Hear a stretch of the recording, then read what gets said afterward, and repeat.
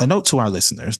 The views and opinions expressed by our guests and hosts on the BLKFLA podcast are solely their own and do not reflect the official positions or views of any organizations, companies, or affiliations they may be associated with. Any statements made are personal opinions and should not be construed as representing their respective employers or organizations. As always, thanks for listening.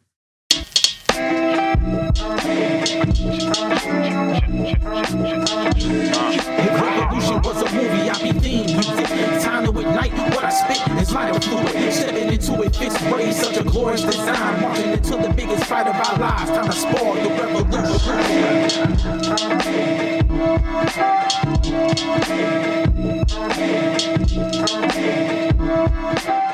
Welcome to the BLKFLA experience. We are the cultural archive for the Black political movement in the state of Florida, where our purpose is to help you reimagine a Florida where Black people are able to live in freedom, equity, and authenticity. We are your hosts, Jamal STEELE, and you have to come off your sister.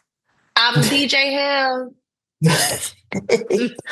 And we are taking this time to dive into all things Black politics and Black culture. So we about to get into it. I just felt like the best way to start off season 2 is to bring in a bunch of friends, family members, kinfolk to the podcast, and just find out from everybody, how's everyone doing?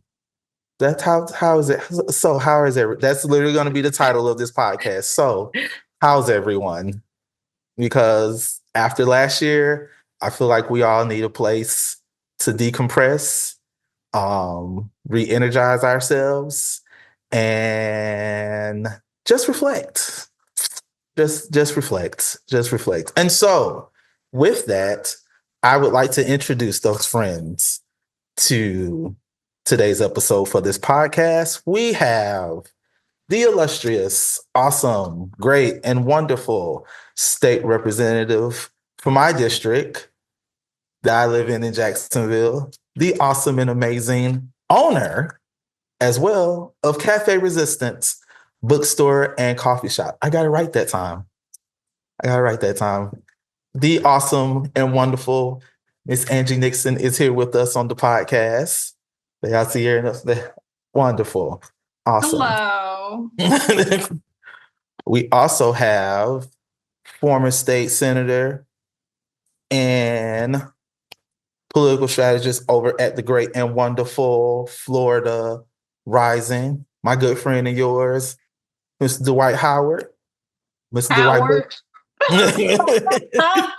Listen, I was gonna get something wrong on this podcast today. That was gonna be it. That's the one shot. I mean, I'll take his money, but not his problems. Listen, we will all take his money, but not his problems. Dwight Bullard is here to the podcast, ladies and gentlemen. What's up, guy? How you feeling? I mean, I'm not 6'11", but I'm feeling good. I'm feeling good. You still tall though, Dwight. We'll take that. Tall in our hearts.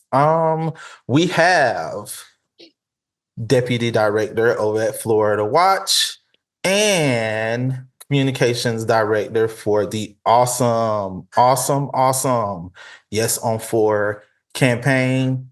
Miss Natasha Sutherland is in the house with us on today. Yeah. How are you on today? I'm here. Happy to be. That is the best answer that you can give right now, because you probably won't give that answer as we dig in. And we have Senior Policy Manager for Black Voters Matter. And one of the main reasons that I bring this person onto the podcast is because before I got into my role at Black Voters Matter, she was in my role at Black Voters Matter. So she knows all the things on Florida, all the things, all the wonderful things. It's Rhyane Wagner in the house. Hey, Rhyane, how are you? I love those glasses, by the way. Thanks. Very cute. I'm okay-ish. Coming to you live from Washington, D.C., the epicenter of the chicanery. I thought you were in San Francisco, Ryan. That's a lie behind me. That's what she wants trying to to be. keep y'all's fur niece out of the shot. You know, we'll see how that goes. But I am happy to be here. I'll take the fur niece. That is what she wants to be. She wants to be with Gavin and not with Mayor Bowser. But I digress. So Gavin done platform Charlie Kirk. Listen, I'm good. That's for hope. That is for hope. Yes. Gavin has a podcast, and the first guest on Gavin's podcast was. Wait, what? I thought he was on Charlie Kirk's podcast. Nah. Nah. Oh. I mean, either way, it be your own people. It really do be. The call is from inside the house. When you accept that people are just purely, you accept that those things might just happen. and as y'all can see from the good sis Hale's background, this is the direction that we're heading in right now. Not just with this podcast episode, but with the United States of America. So, so before we get into everything, Natasha, you are the newbie to BLKFLA, the podcast. So we have to do a quick spiel with you. I am going to do 2 top 5s with you. The first top 5 that you're going to give me is your top 5 favorite music artists, starting now. So currently listening to Beyonce, La Russell, Megan Thee Stallion, Kendrick Lamar, and Doechii. That is a great list. Oh my gosh, when you said La Russell, I knew we were on the right path. Let's go. But I still continue to sprinkle in Tupac because I'm ultimately a 90s baby, and that's always in the list, like no matter what. So yeah. Natasha, you're an 80s baby and a 90s kid. Whatever.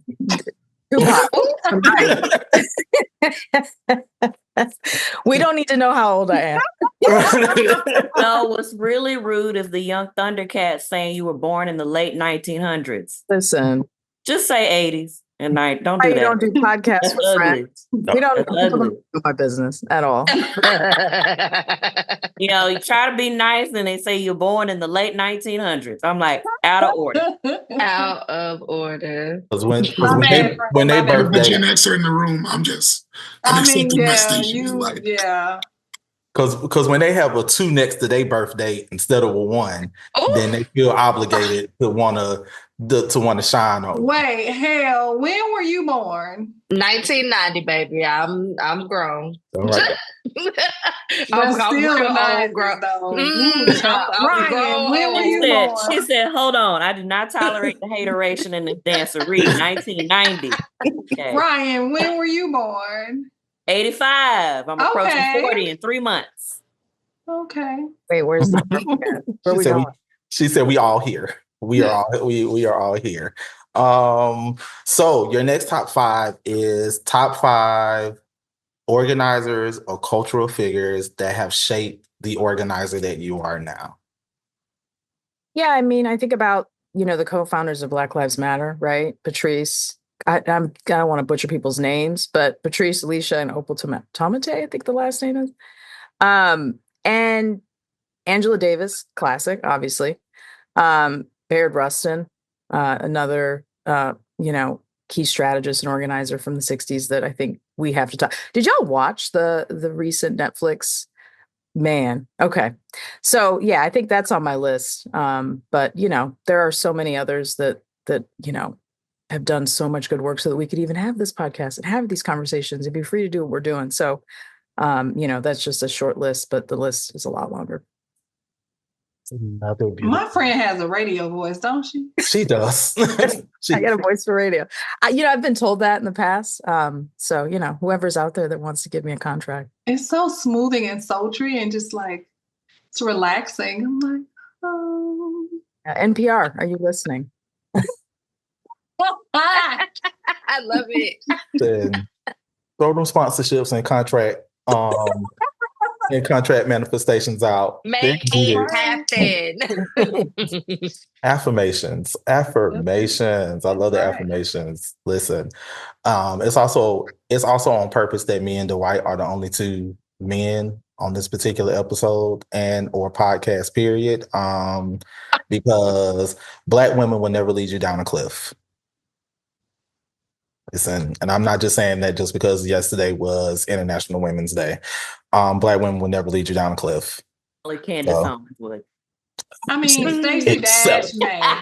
Except, listen, those aren't Black women, because as we all have learned, race is a social construct, and they got involved in white people magic. That just sucked them all up. That's why they looking, Listen, race is a social construct, and not all skin folk are your kinfolk. So they looking vitamin D deficient and everything. Yes, they are. Especially Stacey. I mean, if we're gonna keep it 100 with the folks on the podcast, it's giving people who don't realize charcuterie is nothing but lunchables.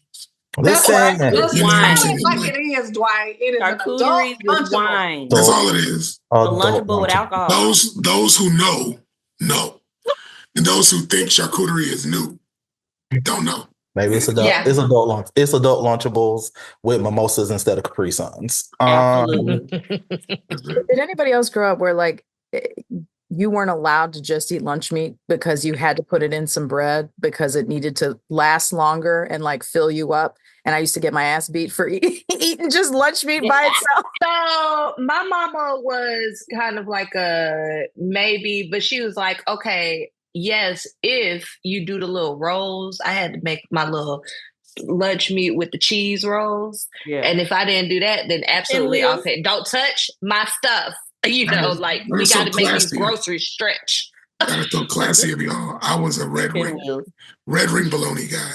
Again, I'm dating myself, but those who know the red ring bologna understand.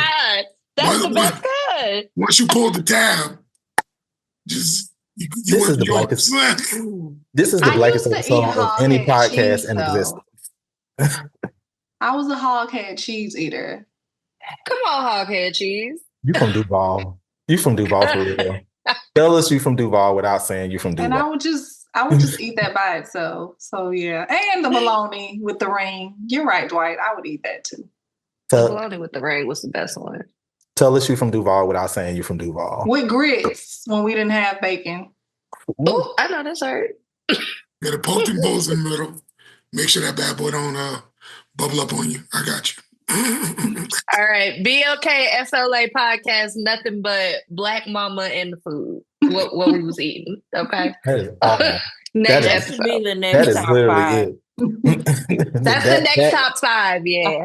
That's what I was about to say. That is an episode in and of itself. So let's get right into it. 2024 has come and gone. Mm-hmm. The results of 2024 are, I feel like us in the state of Florida we will continuously say this every election season. The results of 2024 were not what we would have hoped for. No, I'm not reading off a script. This is literally coming off the top of the dome. Because we've heard this on every staff meeting that we've been on for the people who give me and Ryan our checks on the 1st and the 15th. But here we are. Here we are. We now have the man that was previously our president in the year of our Lord Beyonce Giselle Knowles Carter, 2016. Now, our president of the United States in the year of our Lord Blue Ivy Carter, 2024. And the girls are already fighting in the Oval Office and the White House, and we are not even on month 4 yet. Meanwhile, here in the great state of Florida, we had 2 monumental, life-changing ballot initiatives that were on the ballots in 2024. We had Amendment 3, which would have given the state of Florida recreational instead of medicinal marijuana. And we had Amendment 4, which would have completely changed the course of what reproductive rights and proper reproductive care looks like in the state of Florida. Amendment 3, we ended up with 55.2% on Amendment 3, and Amendment 4, we ended up with 57.5% on Amendment 4. Unfortunately, here in the state of Florida, due to a ballot initiative in 2008, that ballot initiative in and of itself did not pass with 60%. That ballot initiative changed the course of how ballot initiatives are in the state of Florida by allowing it to where needs to be 60% instead of 50% for us to add ballot initiatives to the state constitution. And so here we are. We are still at a 6-week abortion ban in the grand old state of Florida, or should I say good old state of Florida, because that's who's currently occupying and running our state, the good old boys of the state of Florida. And you still have to have a medicinal card in order to get what the preachers in the pulpit like to call the devil's lettuce. So let's begin. We also have on our podcast an individual who was a candidate for state house here in the grand old state of Florida. Say again? Yeah. Angie Nixon and won. Killed it. Always. As always. As always. But that person that just came off of mute knows that is not the discussion that we're looking to have, because Angie Nixon always and forever sit in that seat until she no longer wants to occupy said seat or until she terms out. So District 2, we still currently have Representative Alex Andrade in said seat. Narrowly, and I'm going to say narrowly because I looked at all the numbers. I looked at all the numbers, good sister. So I know the truth. Narrowly winning re-election to Haley Morissette, who was the Democratic nominee for State House District 2. Let's start with this first question. You as an individual who this was your first election, first campaign, what were lessons learned and what were victories? What were victories that you will walk away with from this experience, despite the victory that we all wanted you to walk away with? Oh yeah.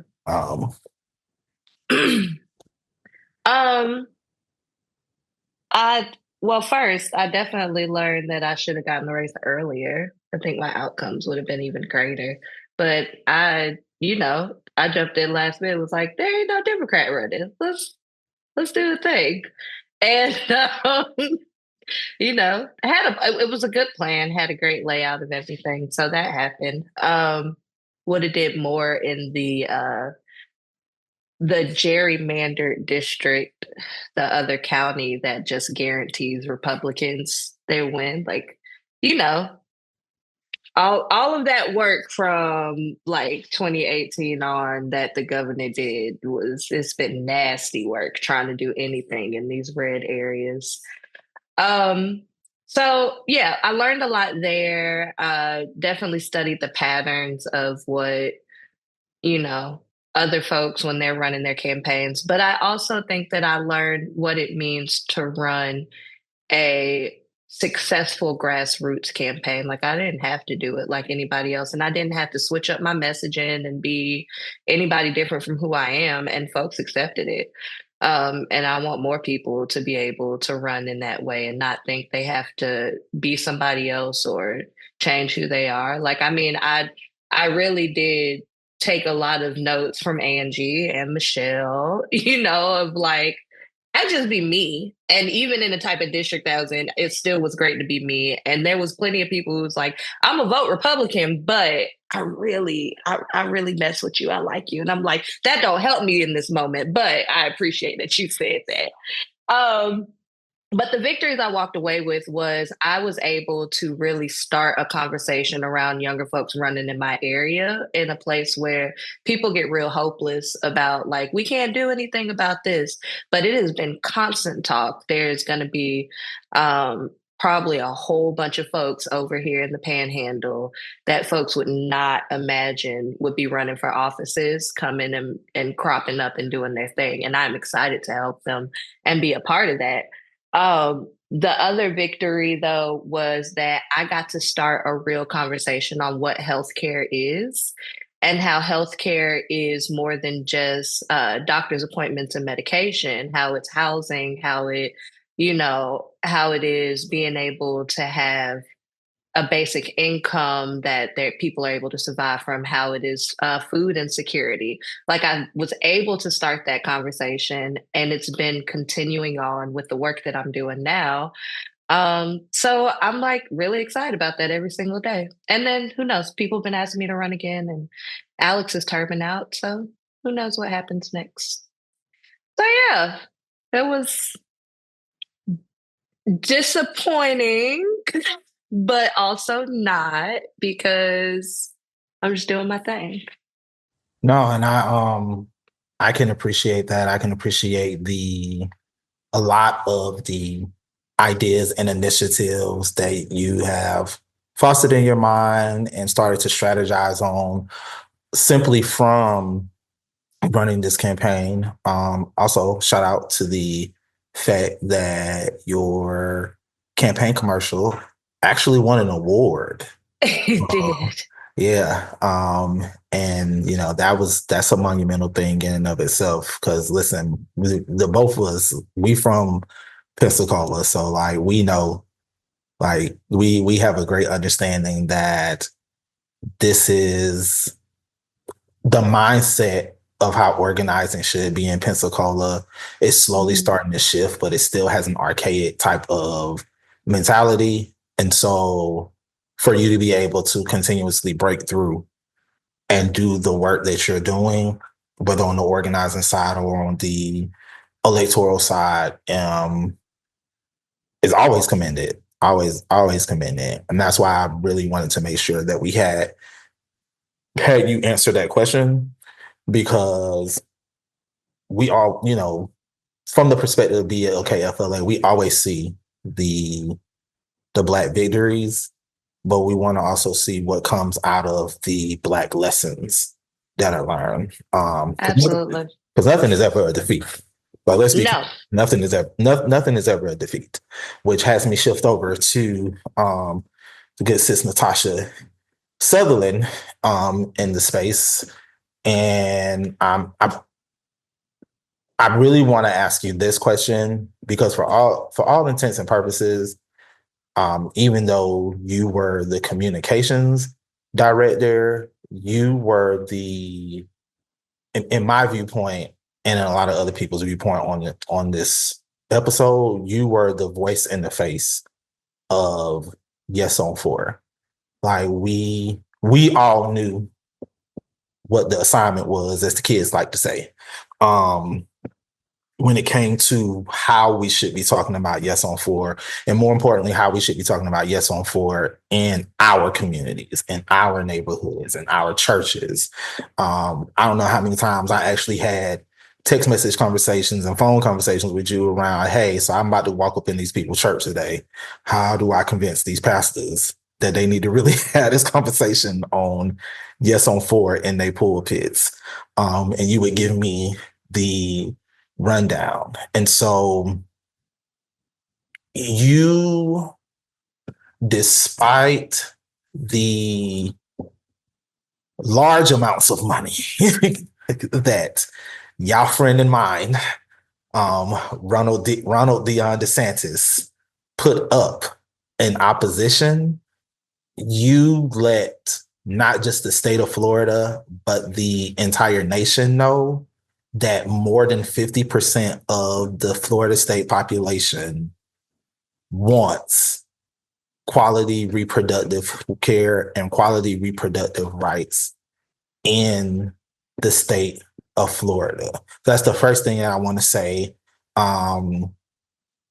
And nobody knows this, and I feel like you'll be cool with me sharing this. Like, I called Natasha on election night and said this to her, and because the team needed to know, like, no, this isn't a defeat. This is a technicality. They rigged the game, because if the game wasn't rigged, we get what we need for our people. And so, what are lessons learned for you as it pertains to this particular campaign that you help spearhead? And what are things that we should take away in our communities as we move forward into redefining, as Haley likes to say, redefining what healthcare really looks like for our people in the state? Wow. So you were the first phone call. I don't know if I told you that when you called me that night, and we realized that we didn't manage to overcome the 60% threshold requirement. So the highest requirement in the country for any abortion, reproductive rights related, voting amendment. We had the highest bar, but not only did we have the highest bar to achieve, but we also, like you mentioned, had an unprecedented level of opposition from our own government. So the amendment was to take government out of a very personal decision about our healthcare, right? To take governors, senators, whoever, the president, whatever, out of my damn exam room, right? Like, and for every woman to have that option to figure out what makes the most sense for her, with her family, with her own faith, right? With the people that are trusted in their life, and to be able to make that decision for themselves. So the government, because they want to be all up in our business all the time and control everything that we do, spent tens of millions, potentially $100 million, launching campaigns of mis and disinformation to just confuse people about what Amendment 4 even was and what the current laws even were, right? Because, for folks that may not know, May 1st was the day that our amendment actually qualified for the ballot. So the Supreme Court that was appointed by the governor, right, who eventually fought us tooth and nail the whole way through, approved our amendment and said, hey, this is sound, this is allowed, this is something that passes muster, and you can qualify. But on that exact same day, the 6-week abortion ban started. So we had a mission to both educate folks about what Amendment 4 even was and the fact that we even needed it, because up until that point, the ban was not even in place. So when you tell people, oh, we got to stop the ban, they're like, wait, what ban? We have a ban? So we had to do double duty in education. So I appreciate that phone call, because when I tell you blood, sweat, and tears, and I know Angie knows this, I don't know how many phone calls, I don't know how many times we were talking back and forth about just the outsized challenge as a woman of color, but specifically as a Black woman in a leadership role, in a statewide campaign, in the third most populous state in the country, a campaign that was over $100 million, to have to fight for us. Because to me, that's what this was about. Who stands to suffer the most with a ban in place? Black women, 3 to 4 times more likely to die of pregnancy-related complications, and in some cases, if you're living somewhere rural, it's even higher. I've seen even as high as 10 times, depending on whether or not there's access. Me, myself, like pregnancy could be a death sentence for me. So for me, it was, I'm fighting to still be able to live in the state that I call home. But I had to fight inside too and outside. It's a fight everywhere, right? It's a fight with the people that are alongside you in the trenches fighting that battle. And it's a fight with the rest of the world. And it's a fight with the people that have the most power, that have rigged the system and created the rules that you now have to live by. So what did I learn? I learned that it's still doable. It was definitely David and Goliath. It continues to be that. And we have built something beautiful, something where Jamil Davis calls me on election night to give me words of wisdom, where Angie Nixon, an elected official, talks to her community, where Dwight Bullard does the same, where Rhyane, where everybody is really put in the work to do their part, to make sure that we gave it everything we had, and we did. And I'm so proud of the work that we did. Yeah. Do I wish that, for example, we were able to stand up some of the stuff earlier, right? We had something called a Black Voters Speakers Bureau, right? And I was actually talking to former state rep Bobby DuBose the other day, because he was gracious enough to use his time to do that. And he said, man, Natasha, I went into those churches in Broward County, and it was wonderful to have those conversations. I just really wish I could have done it sooner. I really, really wish that we weren't doing it a month out, 2 months out, right? And that's the takeaway. And we talk about it all the time, I think, as organizers and as people in this movement work, that early, Black people need to hear from you early. We want to know you actually care about us. We don't want you just showing up fly by night at the last minute and going, hey, vote for this thing. We don't trust that. We don't know what does that even mean, right? Who even are you? And so we can do it. That's number one. Number two, we have to start early. Number three, it's got to be, as we always talk about, year-round conversations, because abortion is not a slogan. It is a conversation, because it is complicated, and it is for every individual, whether there's a religious component, whether there is a personal, component to it. You have to have a conversation with people, and it's multiple conversation. It isn't just, hey, vote this way and that's it, and move on, right?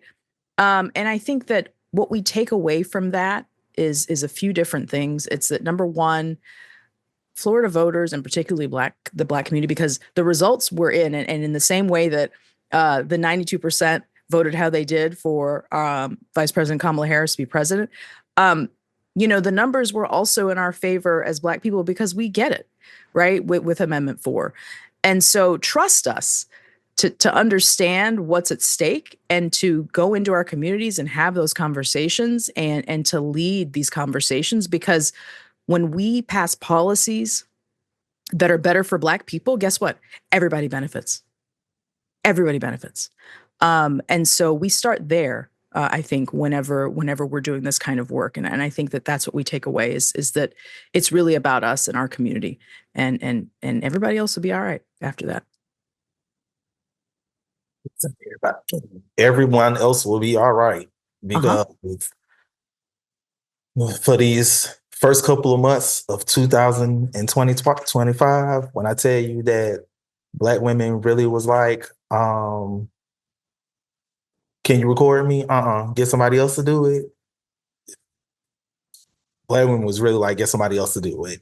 And I have never been more prouder, because the staycations, the vacations, the Black girl days off were absolutely needed, because it's always a thing, like 92%.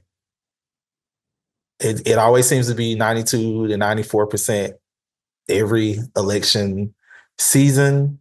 And I also want to throw this out, that we had many individual political commentators that was coming for Black men's necks. And the Black man was like, y'all get somebody else to blame, because we went up in the spot and did what we were supposed to do as well. But as I always state, and will continue to state, Black women ain't gonna never leave me off no cliff. So Yes. Yes, Dwight. Definitely sip the white women tears. So, Rep Nixon, how are we doing on this wonderful, fine, great day? I have this question for you. In 2025, as we know, the occupier of said castle or whatever that thing is in Mar-a-Lago now occupies the White House. You, as a sitting elected official,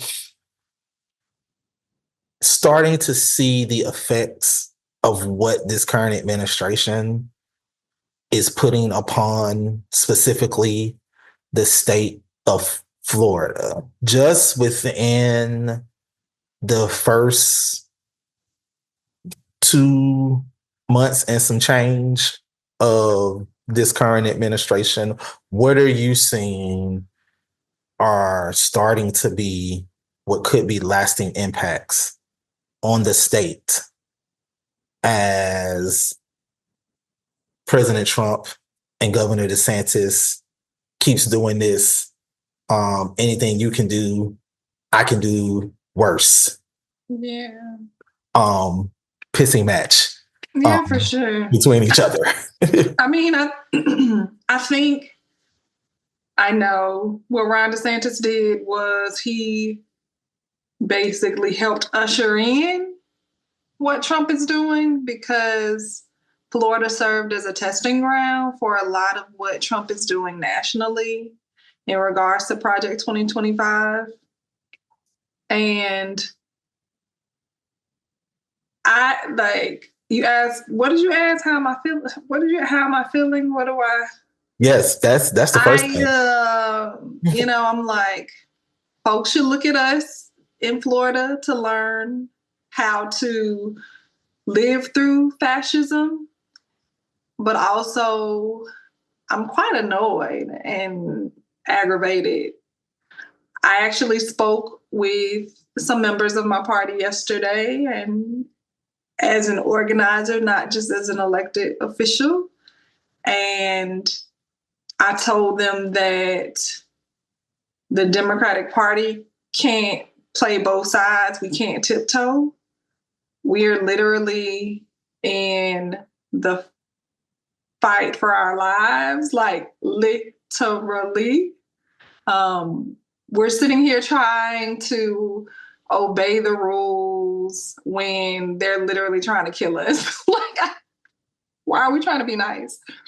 And I had spoke with a colleague, and they said that Democrats operate in a world as they wish it was. And that's true. We need to take the high road. We need to have decorum. We need this. We need that. No, we may not need to go low to hell with them, but we need to go medium. You know what I'm saying? We need to go medium. And we can't be complicit, because that is how they ushered in Nazi Germany. Just doing, gotta be nice. Whatever they said, I don't want to break the rules. I don't want to this. I don't want to that. These folks are already violating the Constitution. They're lying. They're doing all kinds of stuff. And it's only going to get worse. And so Democrats need to be the party of resistance. We have to fight back. But then also, like I told some people yesterday as well, let's be real. If Vice President Kamala Harris would have won, very little would have changed. It wouldn't have been as bad as this, right? But very little would have changed. And this is Women's History Month. Let's talk about women's history. The fact that in 2023, women were still only making 83 cents on the dollar of a white man. Black women were only making 62 cents, I believe. And that was when we had folks that we looked to as being allies in the White House. And that is the widest the gap had been, I believe, since they said like 1990. How that gap got wider?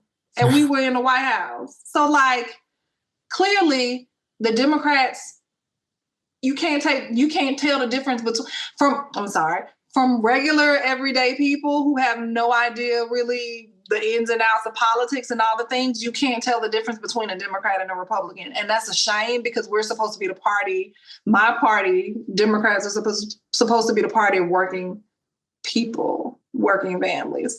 So you ask how I feel. I'm annoyed, I'm aggravated, and I feel like it's gonna take, like really black women, black people to stop this, which it normally does. So that's where I'm at right now. Thank you for sharing that. One of the statewide impacts that the current administration has placed upon this state is, instead of us in the state of Florida and our state legislature having a nice special session around what can we do to better the economy, what can we do to get people quality health care, they decided to have a special session around the immigration problem that is going on in the state of Florida. Yes, I had the same look, Hale. I had the exact same look. So, can you help our viewers to understand, even though there is no understanding, why this special session even took place, and what were the ramifications of said session? I mean, excuse me. The session took place because immigrants are an easy target right now. It's great to rile up the far right in regards to it. And like the ramifications, oh my gosh. I'm gonna throw it to Natasha because I just blanked out right now. But they're bad. Like, they are bad. So these are the ramifications around the special session that dealt with the ICE. Yeah, like, for one, some of the ramifications are we still have a property insurance crisis. We still have the highest property insurance in the country. We still have the highest car insurance rates in the country. We still have like some of the highest health care prices in the country. And so like it's wild. Like, we didn't address the things that folks needed. And also, like, we probably have one of the highest homeless unhoused rates in the country. So basically this special session was, attacking immigrants and just doing things to stay in the news instead of actually helping working families. But I'll let Natasha go into more of like the policy around the immigration piece and how many of our loved ones are going to be negatively impacted by this. Yes, absolutely. Yeah, I mean, so a couple of things. I mean, there was a provision in there that would mandate the death penalty for certain crimes, like committed by somebody that is undocumented. It would increase other penalties and create an actual new crime just for coming to the U.S. illegally. They set aside $300 million to go to immigration enforcement, whatever the hell that means. To me, that's just more money to police people, streets, discriminate, et cetera. And then they repealed a law that actually was put in place by the lieutenant governor. So at the time, Jeanette Nunez, she was a representative in the House, Republican lawmaker, and it was a kumbaya. Everybody was happy. Dreamer, for dreamers to have in-state tuition, right? So these are children that come to this country through no fault of their own and go to high school and everything, graduate, and decide that they want to stay here in Florida and go to college. And so they're able, just like everybody else that grew up in Florida, to get in-state tuition and complete their education and continue to be productive members of society and keep that talent and energy and, work ethic here in the state. And so repealing the very law that they themselves put in place years ago. But ultimately what this is doing is it's distracting all of us in this state. We're a very diverse state. We've got folks that have been here for generations, folks that are recently immigrated. Me, myself, I'm a first generation American. My dad, came here by way of Florida from Jamaica, right? And so like just making us afraid of our neighbors, right? Just making us, unwilling to get to know who lives next door and lend a hand and be friendly with one another. And so instead of us actually knowing who we are in community with and wanting to, connect with these folks and that sort of thing, we're all fighting, right? We're all worried about, oh, it's your fault that the economy is going down. No, it's your fault because you came here illegally. No, all the while, the people that have been in charge of the state for 30 years, the same people for 30 years are doing nothing but making our lives worse, passing laws that hurt us more. So we fight and they get away with it and they get the handouts to their corporate buddies, right? They pass laws that benefit the very people that are in power that maybe they don't do E-Verify. Maybe they are taking advantage of immigrants here. Like it's a Ponzi scheme. Like it's just a scheme, right? To keep the people in power, keep the wealthy wealthier while all us regular people are fighting with each other and get no relief. That's really what this is about.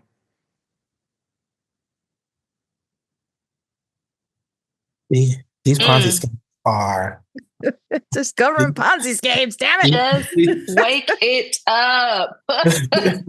Like, whoever so-and-so from Venezuela, like they are not your enemy. Like that's not it, right? It's the people that have been in charge for all this time that refuse to do anything that we actually want and need from the people that we elected to do that job. We need to fire them. They ain't doing their jobs. Fire them. I mean, I just want to interject here real quick. I'm literally sipping out of a gay Valamont for Congress. And I'm just thinking about the fact that our insurance crisis, the person that has been in power, that has honestly could have been doing even more, so much more to make sure that these rates panned out so that we could survive. Is running for Congress. Is running for Congress. And y'all just okay. And that's all. I think got millions of dollars from the insurance company when he was running for CFO. Yes. And let me be clear on something. Did not need it. Because if y'all know anything about Panama City and y'all know anything about Bay County, his family owned half of Bay County. Legitimately, his family owns half of Bay County. They have a whole elementary school named after the family. It's not named after one person in the family. The name of the school is Petronas Elementary School. It's a whole fam. Like, yeah. So years and years of not doing your job, and then you're gonna get a promotion. The biggest DEI. Shut up. Listen. Y'all talking about DEI hires and shit. I'm a go though.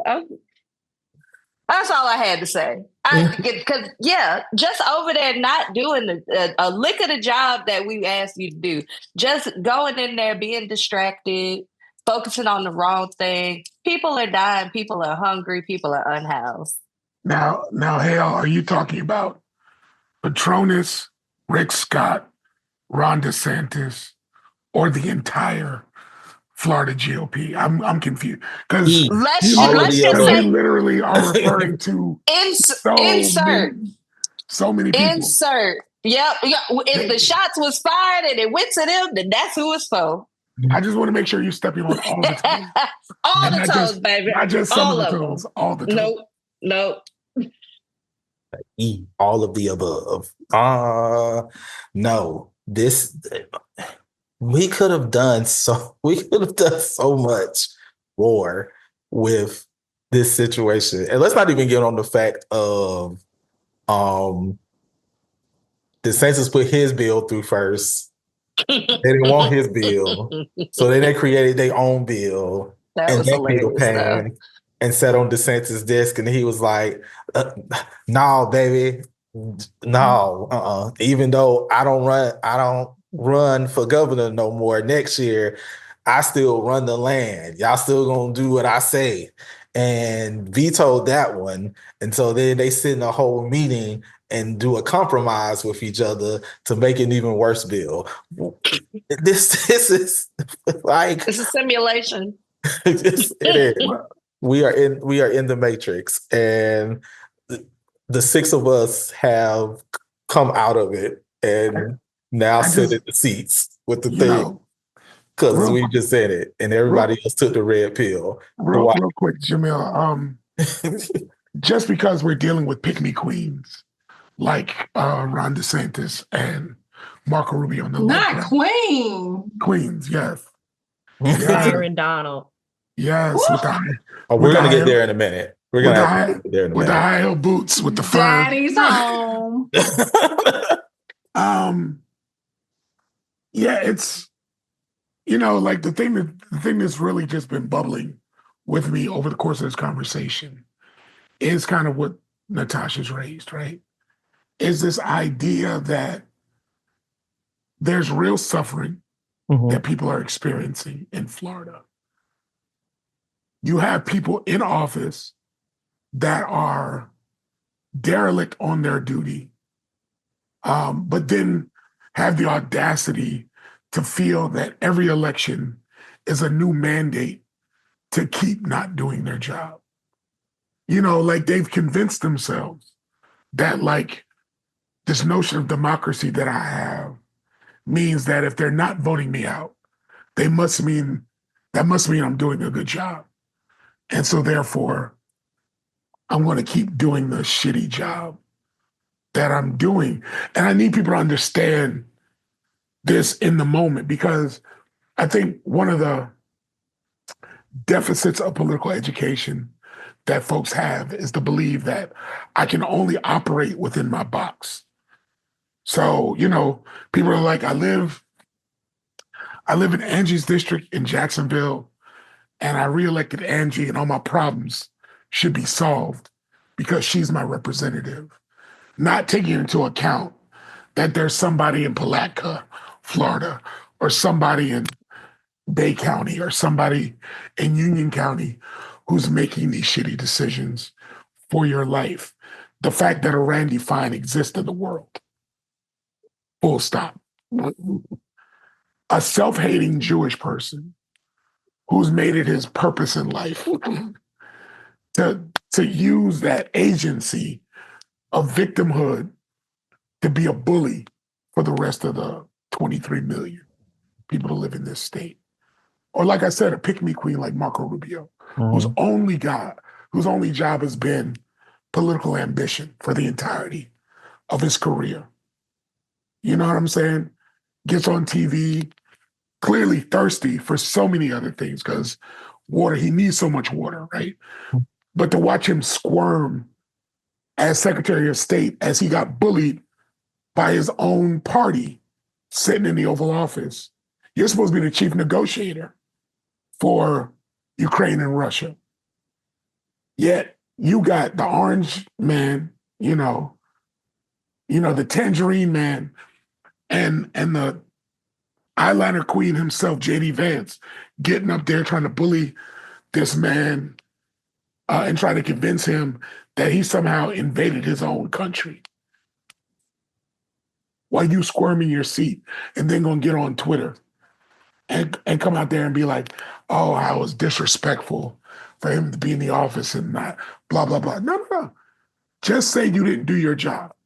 Just say you got sunned by J.D. Vance and Donald Trump and bullied out of your own job because all you want to do was move higher than you've done before, and you could care less.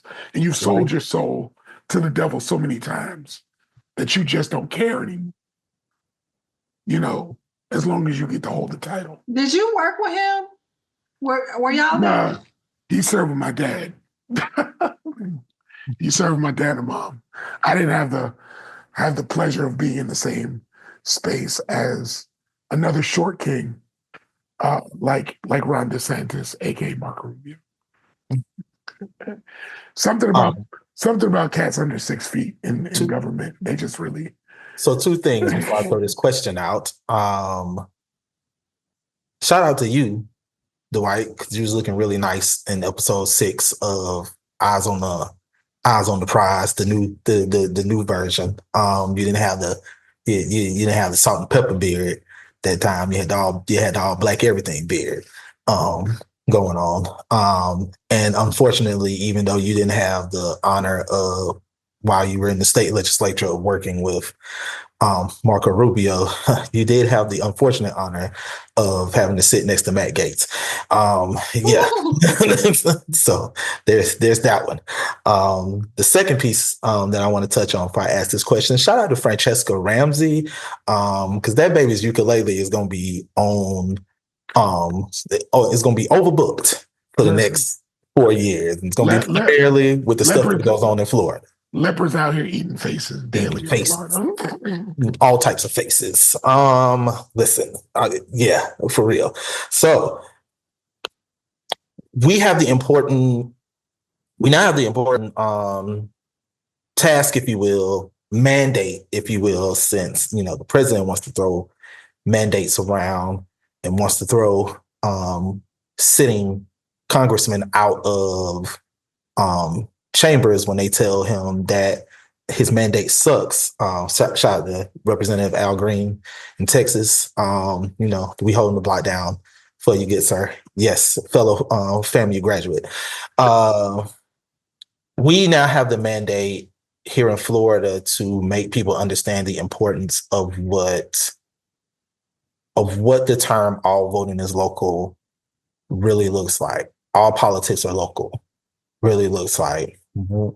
As someone whose central task is to help build out the political strategy for Florida Rising, and not even just Florida Rising, but just for a lot of us organizers within the state of Florida. You and I both know that there are many local on the ground elections going on in the state. Just this year, we have 2 special elections going on for congressional seats. I know that Miami-Dade County has a couple of municipal elections going on. Bay County has municipal elections going on. What's the importance of making sure that people know and understand that it's not just focusing on the Angie Nixons and the Randy Fines and the Matt Gaetz's and Marco Rubio's, if you will. I got to name them because they once served in Congress and Senate, Angie. I got to name them. I know. You put me in the same. Listen, you're on screen. So,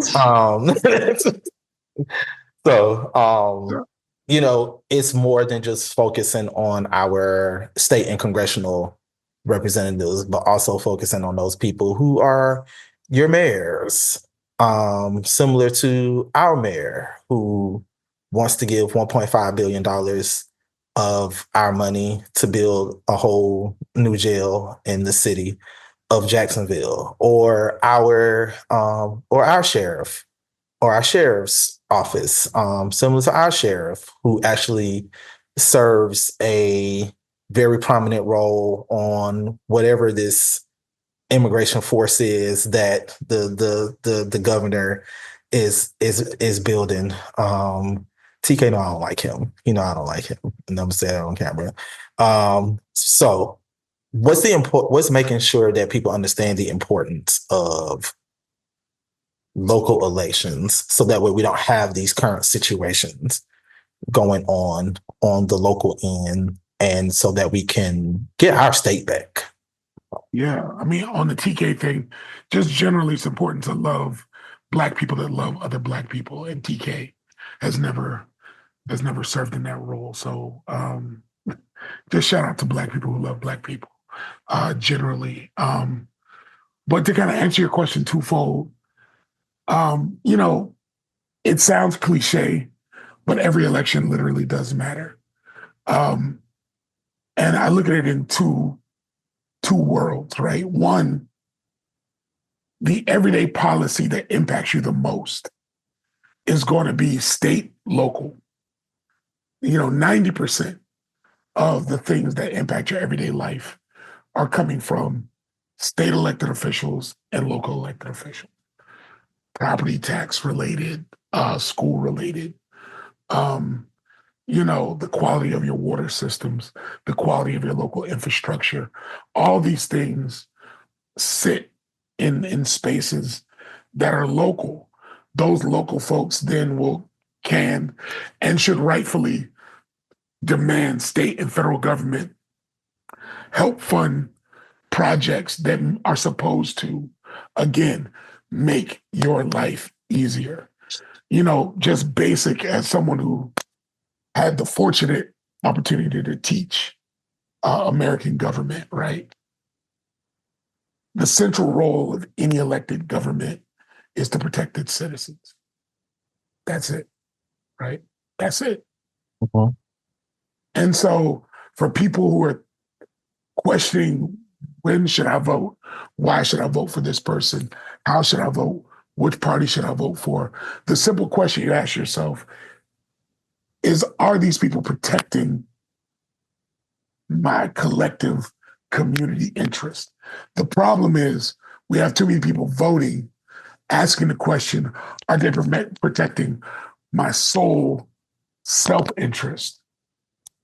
And even then, oftentimes I'm picking the right person under the auspices of that, because people are operating from a white gaze or from a gender gaze, where they're sitting there saying, well, as long as you're protecting my white manhood, as long as you're protecting, my perceived power or control over another group of people, I'm going to continue to support this party or this entity. And we got to get out of that habit. We should all want food, clothing, and shelter. Basic needs, right? And so if you're not then supporting individuals that are trying to work towards helping you get that life, liberty, and pursuit of happiness that you're supposedly guaranteed, stop doing that. Definition of insanity. Stop doing the same thing and expecting a different result. So at every level of government, people need to have that basic level of understanding, that basic level of political engagement, that if you're not fighting to make prices lower, water safer, housing structures safer, schools better, hospitals run more efficiently, guaranteeing healthcare, then I shouldn't be rocking with you. The other side that I need people to understand is these local elections are where you get individuals who they incubate into more prominent roles. No one could probably find on a map where the city of West Miami is. But that was the first elected position Marco Rubio had, was as a city councilor in the city of West Miami. Your Secretary of State started on the city council, right? That has been a common springboard to so many people, which I also find completely absurd, that these individuals start in local government, get the state and federal government, and then want to mess over local government, which is insane to me as well. So twofold, people need to do a better job of understanding that every level of government is going to impact you in some form or fashion. So this idea of sitting out an election or waiting until a presidential, thinking that you're going to send some message to somebody, is futile. City of Miami elections are coming up in November. They're electing a new mayor. The last City of Miami election had 12% turnout. 12% turnout for a mayor of the largest city, second largest city in the state of Florida, right? So I need people to get activated, be fully aware of the power of the elections. And then the other thing is really take a hard look at somebody who's running for office and ask yourself, would I let this person watch my kids, be around my family, you know, be in company? Could I, they used to say the litmus test was, could I have a beer with somebody? Like I say this because you brought up Matt Gaetz. And anybody who's known Matt Gaetz would never want to have dinner with Matt Gaetz. So if you just simply asked yourself the question, would I have dinner with this person? We wouldn't have never had a Matt Gaetz. Bottom line, would I trust this person around my kids? You wouldn't let somebody who literally looks like Dracula, aka Rick Scott, be around your kids, your family, or anyone else. I gave him Voldemort, but Dracula sounds. I was just thinking the Voldemort thing. Yeah. I gave him Voldemort. To be fair, though, people liked George W. Bush because they wanted to have a beer with him, and he turned out to be a village idiot. And what I'm saying is, like, what are we doing? We got to have higher standards than that. Like, we can't just be, you got to be 35 and some other stuff. Like, I am all for people wanting to run for office, but like the stuff we've been getting, I'm like, maybe we do need to have some parameters for folks. No, maybe a sexual predator. You would think sexual assault would be a thing that would stop. Would be the bar. That would be the bar. But somehow we put that person in the White House and then gave him permission to find a bunch of other sexual predators and surround himself with those people. And I'm not trying to New York. And I want to don't commit white collar crimes, bro. Right. And I want to be clear about this because it sounds like we're throwing jabs at these folks, but with all seriousness, like these are the people that are running the show right now. And people really need to take account. Those who are listening, who sat around and said, well, you know what? I don't like what's going on in the world, so I'm going to withdraw from this election. Because guess what? 50% of the electorate, that's who was able to make the decision on who ran. And when I say 50%, let me be clear. A quarter of the electing folks elected the current president. Another quarter voted for their opponent. And the other half, other people who could have voted, said, I'm not going to register. I'm going to stay home. I'm going to chill out. I'm going to do this. It's too hard. And they make up these excuses. And then you get what you get. You know what I'm saying? And so this is what I'm saying for the folks listening that want to sit here and be like, I ain't doing the election stuff. I ain't voting. I ain't paying attention. And I hear it all the time. The news is overwhelming. And so I don't want to be involved. And I just want to say for Black folks, our right to exist in this country has been political. Full stop. So we just don't have the luxury as Black people living behind enemy lines to sit here and act like we can be privileged enough to sit shit out. You know what I'm saying? So we're going to talk about Black BLKFLA. I want to talk to the BLKFLA folks who keep coming around every election. And I got to pull teeth to get you to register. I got to pull teeth to get you to pay attention.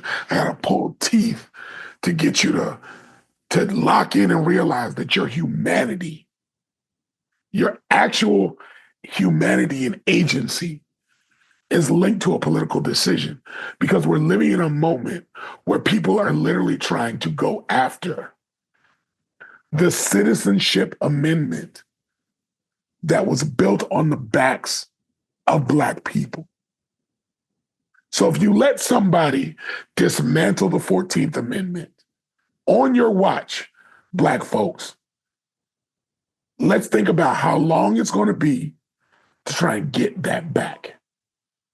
And I need all of our so-called allies to realize every bit of your house of cards, advances that you got, was built on the 14th too. So I'm talking to my LGBTQ folks. I'm talking to my immigrant rights folks. I'm talking to my clean air and clean water folks. It wasn't until the 14th Amendment that citizenship for non-white men was defined. Everybody else who's gotten it since has been the beneficiary of that. And so when one of the first 10 executive orders that the president signs is an attack on birthright citizenship, they're sending you a clear message to everybody that I'm here to fuck over everybody. And so we just don't have the luxury to sit this one out. I mean, I get the vacations, I get the joy, I get the thing. I'm here for it. Joy is resistance, I get it. We always gonna be, creating the culture.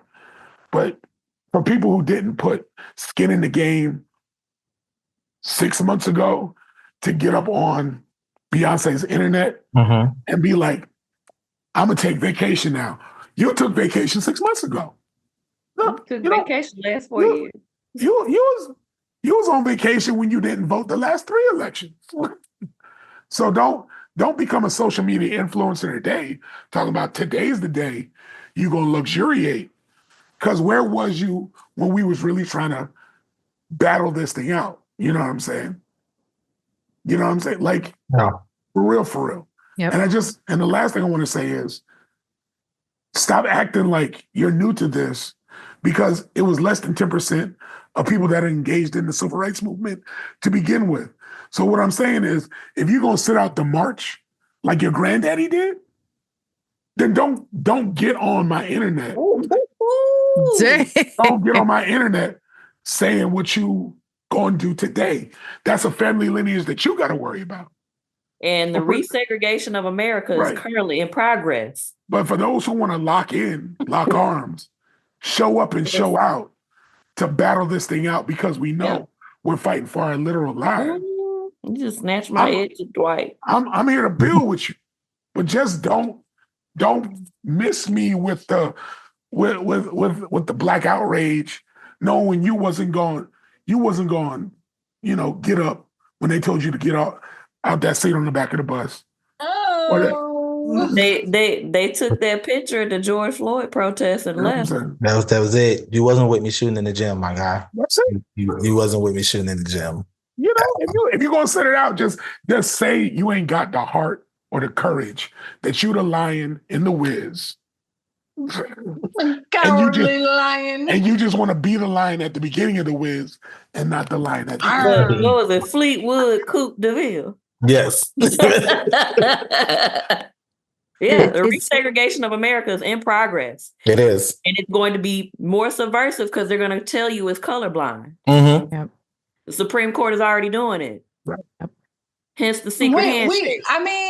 Folks fail to realize, everything he said he's going to do, he's done. And remember, he said there might not even need to be another election. There's probably not going to need to be another election. And Natasha had this conversation 2 days ago. And like clockwork, Andy Ogles presented the bill with the amendment to the update to the amendment. This is one big group project from hell, y'all. That's all I got to say. Rhyane, tell them what you're saying. Tell them what the bill is. So Emperor Palpatine loves the power of suggestion. He won't tell them outright, but he'll suggest it, knowing that his army of white supremacists will be like, bet, let's do it. The same thing happened once Roe was overturned. Let's literally turn The Handmaid's Tale into a guidebook. Guys, this is perfect. So now, I think the only president that has served more than 2 terms was FDR, right? Yep. The Republicans didn't like that. They're like, oh, we can't let that happen again. And so since FDR, we've always had presidents that term limited out. And I believe it's 2 consecutive terms. Mm-hmm. Well, he didn't serve 2 consecutive terms. 2 non-consecutive. He was like, well, I can come back. And that's exactly what he did. So now he's like, I want to stay forever. Now, if the people think I did a good job, they should vote me back in. So it's always Andy Ogles and who was it, Mike Lee. They also helped introduce the Bowser Act to get rid of home rule in D.C., which D.C. has had for 50 years. So these two are a tag team, ragtag team of white supremacists. They're like, bet, let's introduce a bill that would keep only Donald Trump, that would give only Donald Trump, mind you, a third term. The bill number escapes me right now. I'm have to keep up with 15 state legislatures too. But they said, cool, let's get on that. So anytime he suggests a thing, for folks watching this, treat that as a to-do list item. Because once he gets through Project 2025, because now it's a checklist, let's call it what it is. This week it's been the Department of Education. He just forgot you need to go through Congress to do away with it. But he'll find a way. Next week will probably be, he'll get back on the IRS stuff, him and Space Karen. I'm sorry, Elon Musk. But that's what he does. He utilized the power of suggestion as a dog whistle, a wink and a nod to his folks to be like, yeah, go ahead and do that. Take care of that. So he doesn't have to say it outright. They already know. It's the smoke signals. The bat signal has gone up. Let's get this passed, right? So you can have your third term, which only he can have, mind you. They had to close the loophole because in theory, if they passed it the way before it, Barack could essentially come back, and they can't have that. Can't have the black guy back in the building. Head, you know. Can't have the black guy back in the building. That's just this is what, this is the I'm a firm believer that this is our fight. Like our parents had theirs, our grandparents had theirs. Like, so I was under no delusion. Some of these folks are just delulu that we wouldn't have to take the baton and continue forward. Mm-hmm. Now that I think we'd be fighting some of the same shit. No, we'd be fighting. We some of this, I'm like, come on, y'all. And I'm of the belief, less singing, more swinging. Like, you got to teach a bully sometimes, you not to be fucked with. Okay, Marjorie Taylor Greene. Hey, girl. And so we need more brawlers. I'm sorry, like, because it's going to be a rough 4 years. So since they've tried to tweak this amendment to where President Obama couldn't be the black guy to come back in the building, let's talk about one of the black guys that Donald Trump wants in a building. Not sure, Michael. I hope in particular. The governor's mansion. Daddy's home. The governor's mansion here in Tallahassee. Yes. Rhyane. Yes. On Black History Month, no less. Donald Trump gets on his good social media app, Truth Social, and states, and I feel like he did this while they were having the Coon convocation. I mean, the Black History Month reception in the White House. While all the governors were in D.C. at the time, so Ron DeSantis was there. Yes, Ron DeSantis with his wife, who's also a future possible candidate for the 2026 gubernatorial election.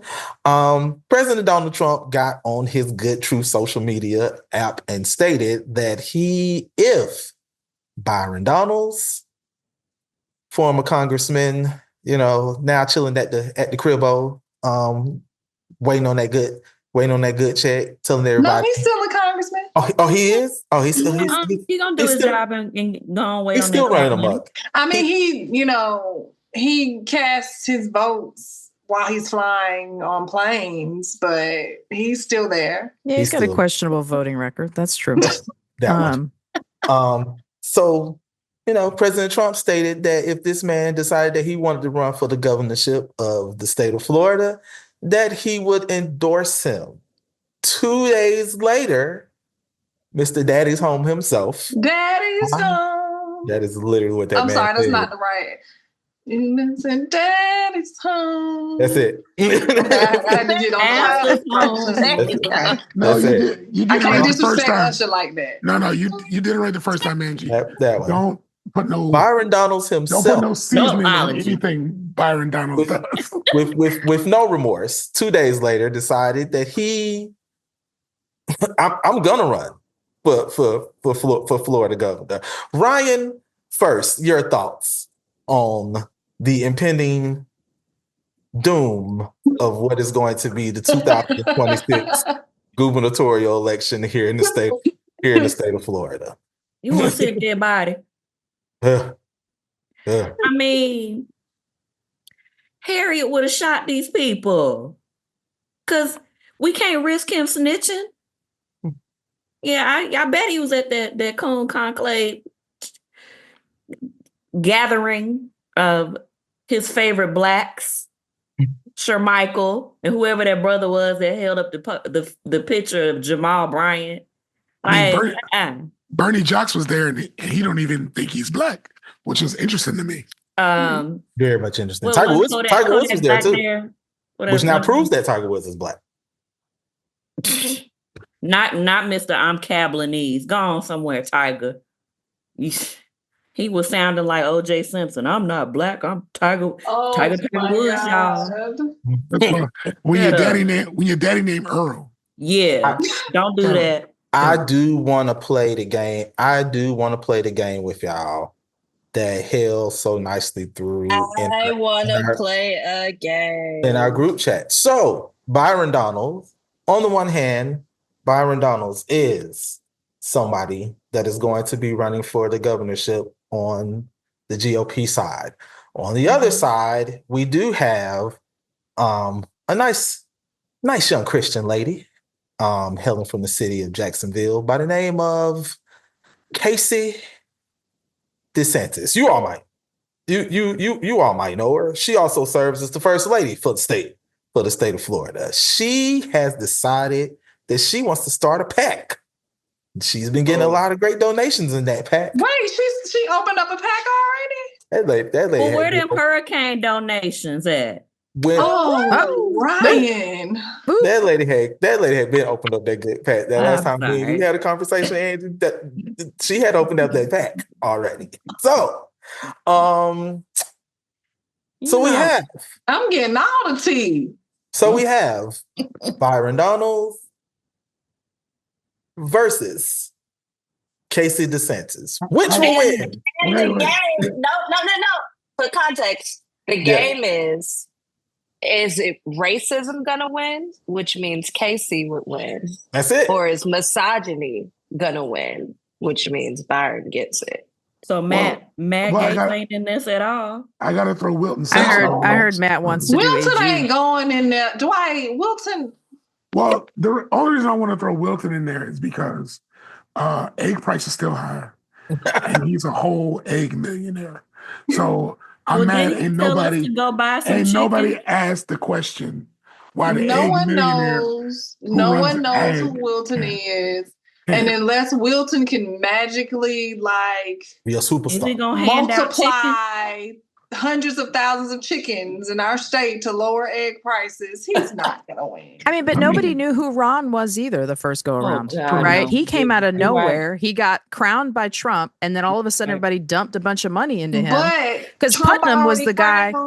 Trump for now, yeah. But I mean, we are so far out from the 2026 election that to me, I think they're throwing a bunch of sort of voodoo doll type, like just distraction folks just to kind of figure out where their election is. Yeah, they're like, let me just throw a bunch of shit out here and see what happens. But I think the real candidate, we don't even know who that's going to be yet. Throwing Stephen A. Well, I have an announcement. Oh, Lord. What you doing?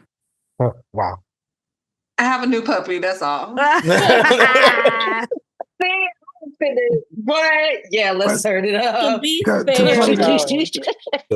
the game, though, I want to play the game. Okay, let's play the game. Yes, let's play the game. Which one is going to win? Racism or misogyny? But I want to play the game in the context of North Carolina already showed us that no matter how extreme your black is, Oh man, in terms of being an actual Nazi, like dude was self-admittedly like, I really yeah, and he had a and North Carolina said, website too. He liked to go. North Carolina was like, slow down, champ.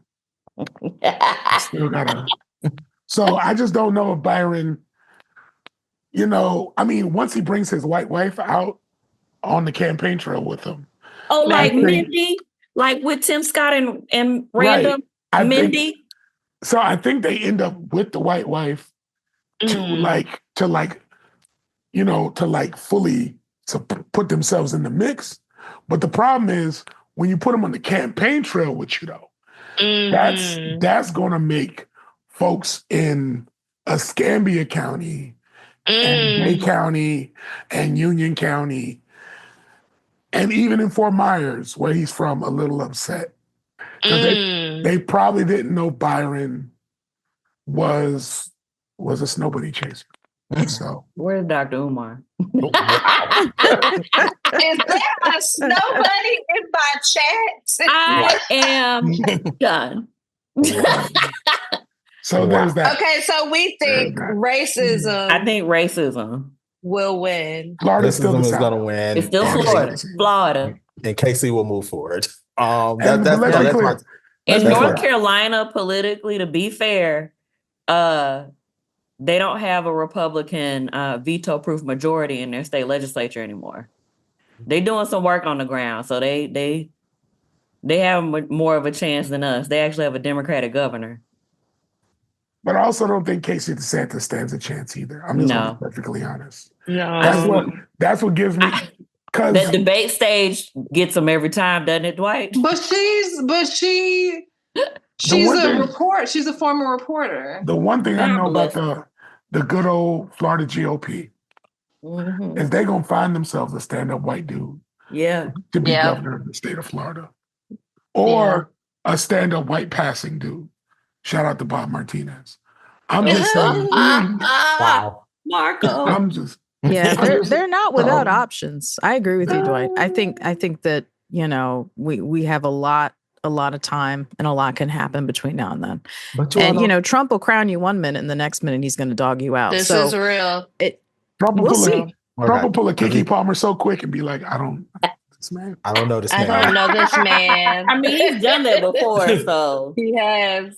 Sorry to this man. Matter of fact, I almost feel like it's really early for him to have even said anything about who he's backing, right? Like, what's the angle here? I don't know. I feel like it really was. I feel like it really was. I have a theory. The Black History Month song. Are him and Matt beefing? I've had a theory for a while around Trump and Florida, and that he just wants this state to be chaotic.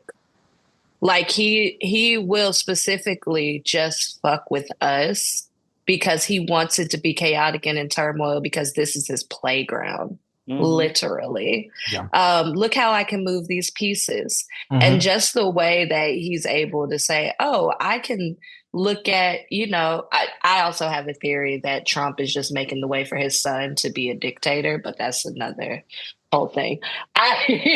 Which one? Barron. Not Don Jr. or Eric Beavis and Buddy. Barron. I think he's making way for Barron him to be look like Antichrist dictator. Damien from The Omen. Y'all think I'm playing? Google it. He gives me Game of Thrones energy. Get Barron. Oh yes, okay.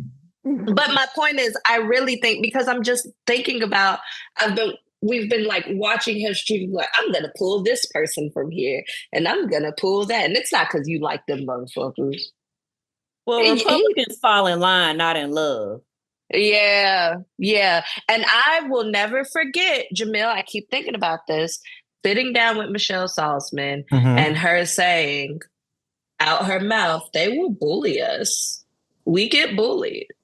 Like, if I don't support this, they won't support what I want to do for my community, which is, and like that resonated with me of like thinking and carrying that lesson with me, hearing that out of her mouth after her very first term of like, they playing their own little Game of Thrones internally that we just can't fuck with. Like, they are playing their own little games with each other, and we just out here having to live through the damage. Like, but yeah, I just really think Trump is just out here having a wonderful little playground with Florida, and will continue to do so. So he might have said something now, and it's like, what's the angle? I don't think we can really just count on whatever it is that we think it even is, because it's just chaos. He just wants to see chaos. Him and all his little ilk. That's it. That's my DJ Hale's conspiracy corner. Okay. And that is a great way to conclude episode 1 of BLK. What a conclusion. FLA, the podcast. I do also want to point out a couple of things. First thing is, I do want for us to dedicate this season of BLKFLA to an awesome, wonderful, gracious state senator who we just recently lost here in the state of Florida, Ms. Geraldine Thompson. State Senator Geraldine Thompson, along with State House Representative LaVon Bracy Davis, introduced an incredible piece of legislation that is known as the Harry V. and Harriet T. Moore Florida Voting Rights Act. And there's one thing that is a far-reaching pipe dream of mine that I feel that we should do to honor the legacy of State Senator Geraldine Thompson, is to, in some way, shape, form, or fashion, get this incredible piece of legislation passed. And yes, y'all, there will be a future episode of BLKFLA specifically around said piece of legislation. We'll give you more information on that as it comes. The other great piece of news that I want to present to everyone as far as BLKFLA, the podcast, is me and Hale, we like doing this podcast. It's a great podcast. It's an awesome way to get our rocks off on all things Black politics and Black organizing in the state of Florida. That's what it is. But we like when people join us.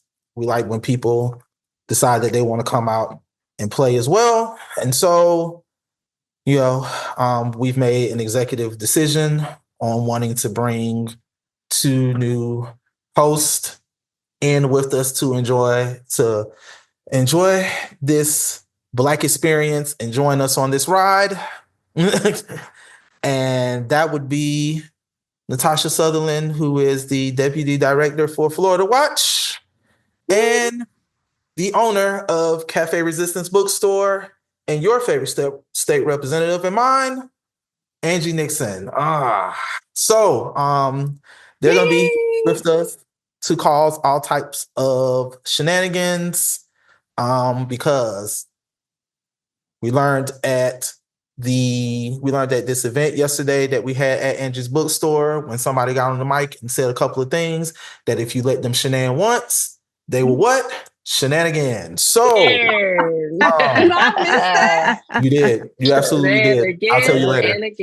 We took that from one of our North Carolina counterparts at BVM. Yeah, you did miss that. I'll tell you later. But yes.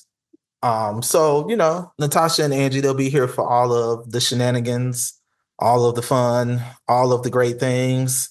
We're going to come back to you and talk about legislative session, because when we started the season last year, we started at the end of legislative session, but now this season is starting at the beginning of legislative session, and it's going to be a lot of fun. A lot of fun, a lot of good times. I might have more gray hairs come in. Fun is a very strong adjective. I was going to say we're just going to keep track of what's happening. Yeah, and let people know if that's fun to you. Please join us. You guys, listen. Natasha's weekly updates on Florida Watch around legislative session. Those were good times last year. Good times. Thank you for not kicking me out now, Natasha, because I thought I was going to kick you out. They're going to be even better ones. Listen, we got a lot of bills coming through. You know, they got this charter school bill that's going down. Of course, I just brought to you all the Florida Voting Rights Act. They also have this very interesting bill around citizen ballot initiatives. All the fun things, all the great things, all the wonderful things. Oh, and then you have folks pushing things like, never mind. I don't want to do that. Listen, I was about to be petty, but I'm not. Listen, we're gonna have all the times for the good, the bad, and the petty. Shout out to the Florida Black girls, the originators of the good, the bad, and the petty. But we're gonna have a lot of times for that this season. As I like to call this season, the season of resistance, because we are now in the era of resistance here on BLK. Resist. Let's do it, baby. So as always, this is the team of BLKFLA showing y'all love and appreciation for joining us on this BLKFLA experience. Stay free, stay blessed, and as always, continue to get acquainted with greatness. We're gonna see y'all next time. Peace. You know, if revolution was a movie, I'd be theme music. Time to ignite what I spit is lighter fluid. Stepping into a fixed race, such a glorious design. Marching into the biggest fight of our lives. Time to spoil the